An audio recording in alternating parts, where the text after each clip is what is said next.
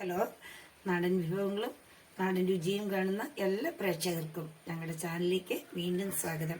ഇന്ന് ഞാൻ നിങ്ങൾക്ക് കാണിക്കാൻ പോകുന്നത് ചേനത്തണ്ട് എങ്ങനെ കറിയാക്കാം എന്നുള്ളതാണ്. ഞാൻ ഒരു ചേനത്തണ്ടിനെ മുറിച്ചുകൊണ്ട് വന്ന് 2 കഷ്ണങ്ങളാക്കി ഇങ്ങനെ വെച്ചിട്ടുണ്ട്.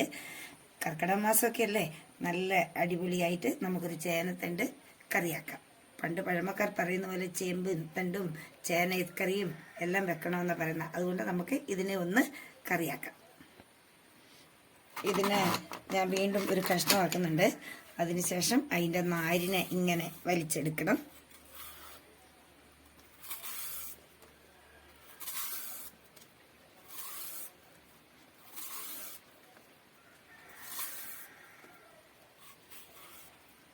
കഷ്ണം ഇങ്ങനെ നാരെല്ലാം പോയി കഴിഞ്ഞാൽ നല്ല ഇങ്ങനെ കിട്ടും. അതിന് ഈ എല്ലാ കഷ്ണങ്ങളെയും നമുക്ക് ഇതേപോലെ നാരുകളൊന്ന് ചീന്തിയെടുക്കാം.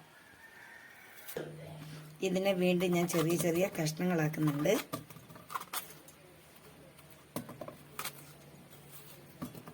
ഈ വരുന്ന നാരുകൾ ഇങ്ങനെയൊന്ന് വീണ്ടും പറിച്ച് മാറ്റിക്കളയണം. എന്നിട്ട് ഇതിനെ നമുക്ക് ഒന്നിങ്ങനെ ചെറിയ ഓരോ പീസാക്കി കൊടുക്കാം.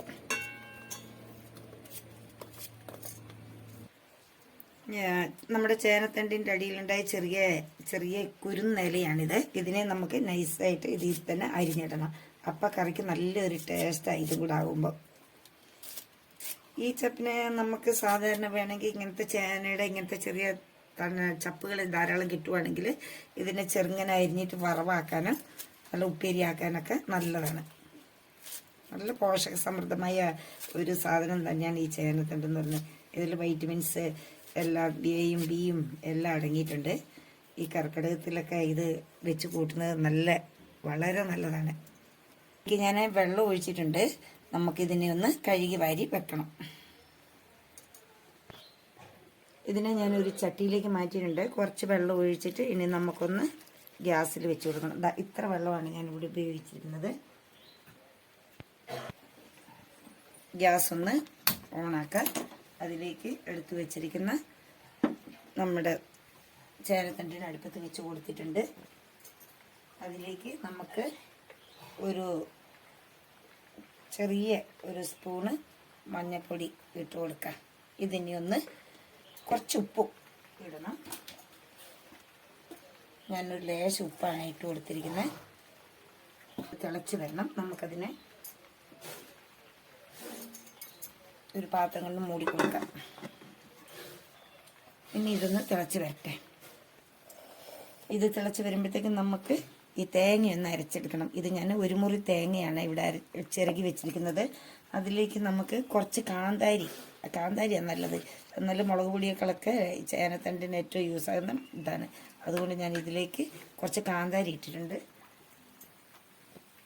ഒരു നുള്ള് ജീരകവും കൂടി ഇട്ട് കൊടുത്തിട്ടുണ്ട്. ഇനി ഇതിനെ നമുക്കൊന്ന് നൈസായിട്ട് അരച്ചെടുക്കാം.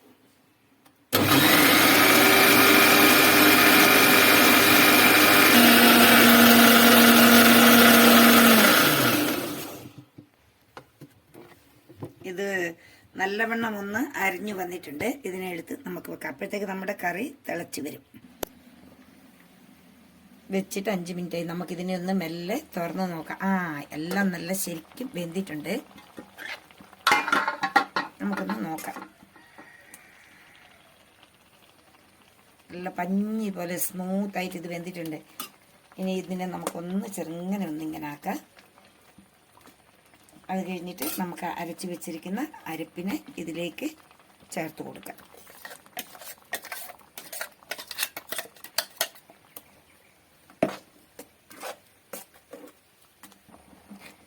ഇത് ചേർത്തിട്ടുണ്ട്. ഇതിലും നീട്ടം വേണ്ടവർക്ക് കുറച്ചും കൂടി വെള്ളം ചേർക്കാം. ഞാൻ അധികം കൊഴുപ്പായിട്ട് തന്നെയാണ് വെച്ചിരിക്കുന്നത്. ഇതിലേക്ക് നമുക്ക് ഒരു ചെറുനാരങ്ങയുടെ പകുതി ഒഴിച്ചു കൊടുക്കാം. എന്ന് വെച്ചാൽ പുളി വേണം. പുളി ഇട്ടാലാണ് ഇതിനൊരു ടേസ്റ്റ് വരുന്നത്. ചെറുനാരങ്ങ പിരിഞ്ഞതിന് ശേഷം നമുക്ക് നല്ലോണം ഇതിനെ ഇളക്കി കൊടുക്കാം. ചെറുനാരങ്ങ തന്നെ വേണമെന്നില്ല, പുളിയും ചേർത്ത് കൊടുക്കാം. പിന്നെ ചെറുനാരങ്ങ പിഴിയുമ്പോൾ എപ്പോഴും നമ്മൾ അതിൻ്റെ അകത്തെ കുരുവിനെ എടുത്ത് കളയണം. ഇല്ലെങ്കിൽ അത് ഗ്യാസ്ട്രിക്കിന് കാരണമാകും. പുളിയെല്ലാം പിഴിഞ്ഞിട്ട് നല്ലോണം ഒന്ന് തിളച്ച് വന്നിട്ടുണ്ട്. നമുക്കിനി ഇതിനെ ഒന്ന് സ്റ്റൗ ഒന്ന് ഓഫ് ചെയ്യാം. ഇനി നമ്മൾക്ക് ഇതിനെ ഒന്ന് കടുക് വറുത്തിട്ട് കൊടുക്കണം. അതിന് ചീനിച്ചിട്ട് ഞാൻ അടുപ്പത്ത് വെച്ചിട്ടുണ്ട്.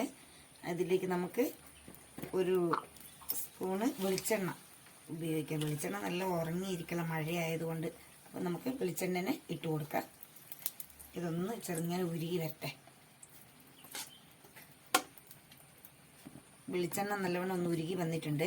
നമുക്കതിലേക്ക് ഇടിച്ചു വെച്ചിരിക്കുന്ന വെളുത്തുള്ളി, ഞാനൊരു 4-5 കഷ്ണം വെളുത്തുള്ളിയാണ് എടുത്തിരിക്കുന്നത്, അതിന് ഇട്ട് കൊടുക്കാം. വെളുത്തുള്ളി നല്ലവണ്ണം ഒന്ന് ചുമന്ന് വന്നിട്ടുണ്ട്. ഇതിനെ നമുക്കൊന്ന് സൈഡിലേക്ക് മാറ്റി വെച്ചിട്ട് അതിലേക്ക് കടുക് ഇട്ട് കൊടുക്കാം. ഇതാ പൊട്ടട്ടെ. കടുകെല്ലാം ഒന്ന് പൊട്ടി തീർന്നിട്ടുണ്ട്. നമുക്ക് കറിവേപ്പില ഇട്ട് ഇളക്കി കൊടുക്കാം.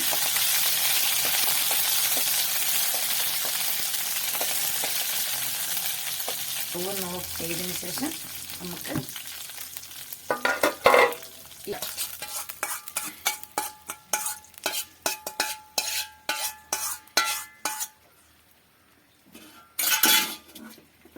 ഇനി ഇതിന് നല്ലവണ്ണം ഒന്ന് ഇളക്കണം.